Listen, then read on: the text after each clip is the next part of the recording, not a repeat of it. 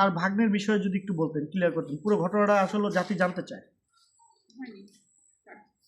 তার ভাগ্নে বলতে আপনার ভাগ্নির নামে তার নাকি ডিভোর্স হয়েছে, সে ডিভোর্সি নারী, তো আপনিও ডিভোর্সি, মানে আপনাদের পরিবারের অধিকাংশ নারী ডিভোর্সি, এইভাবে ব্যাখ্যাটা দিয়েছে, কতটুকু সত্যি একটু ক্লিয়ার করবেন। আচ্ছা, একজনের আমার ভাগ্নি ডিভোর্স হয়েছে তাতে তার মাথা ব্যথা কেন? একটা কথা, ঠিক আছে।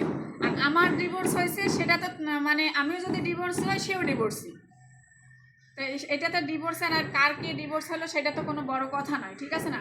সেই মূল্যে আমার ভাগ্নির ডিভোর্স হয়েছে সেটা যদি আপনাকে সে বলতে পারে, তাহলে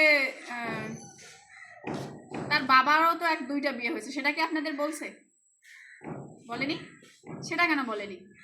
মানে পরে নাড়তে খুব ভালো লাগে, নিজের কথা বলতে ইচ্ছে করে না। তার নানিরও যে দুইটা, মানে একজন আর হিন্দু লোকের সাথে যায় ধরা খাইছিল, কি পান বাগানে না কই, আমার কানে আসছে, আমিও তো বিষয়গুলো জানি, আমি তো কাউকে কখনো বলিনি।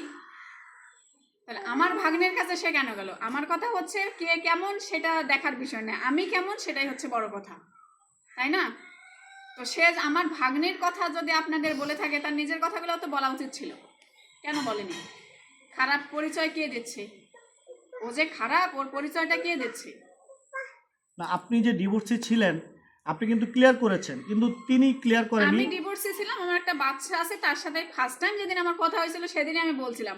বলছে তোমাকে আমার খুব ভালো লাগে, হেই সেই। আমি তো বলছি ভালো লাগে, আমার অতীত শুনলে হয়তো আর ভালো লাগবে না, আমার একটা বিয়ে হয়েছিল, আমার বাচ্চা আছে। তো তারপরও সে বলতেছে তারপরও আমার তোমার ভালো লাগে, আমি এগুলা যদি গোপন রাখো আমি তোমাকে বিয়ে করবো। তো আমি তো তাকে বলেই বিয়ে করছি, আমার তো ওইখানে অন্যায় দেখি না। আমি কে অন্যায় দিবে আমাকে বলেন? আমি তাকে বলছি। উল্টা আমিও তাকে অভিযোগ দিতে পারি যে সে একজন বিবাহিত পুরুষ ছিল, সে আমাকে বলেনি, সে আমাকে বলে গেছে জানা আমি আনম্যারিড, আমি কখনো বিয়ে করিনি। তাহলে অভিযোগটা আমার দেওয়ার কথা, তার আমাকে অভিযোগ দেওয়ার কোনো কথা না।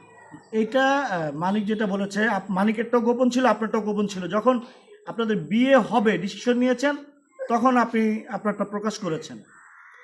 না, আমি যখন ফার্স্ট দিন তার সাথে কথা হয়, ফার্স্ট দিন যেদিন আমাদের মেসেঞ্জারে কথা হওয়ার পর আগে উনি বলছে আমাকে ফোন নাম্বার দাও, ফোন নাম্বার আমি দিয়েছি। ফোন ধরার পর যেদিন ফার্স্ট টাইম ওর সাথে আমার কথা হয়, তো সেই দিনে আমার হচ্ছে আমি তাকে বলেছিলাম যে আমার ব্যাকগ্রাউন্ডে আমার এগুলা আছে, আমার ব্যাকগ্রাউন্ড শুনলে হয়তো আপনার আর ভালো লাগবে না, কথাও বলতে চাইবেন না। তো কি ব্যাকগ্রাউন্ড? এই যে আমার পিছনে এগুলো আছে। তারপরও কি এখন আপনার ভালো লাগবে? প্রেম করতে আমি কোনো রাজি নাই, যদি বিয়ে করতে চান তাহলে আপনি পা বাড়াইতে পারেন। আমি ফার্স্ট টাইম এরকম ধরনের কথা ছিল, আমি যে আপনার সাথে প্রেম করতে রাজি নাই, যদি বিয়ে করেন তাহলে সামনে এগোতে পারেন। তো ও আলহামদুলিল্লাহ মানে সঠিক ইয়াতে ছিল, মানে যা বলছে সত্যি কথা বলছে।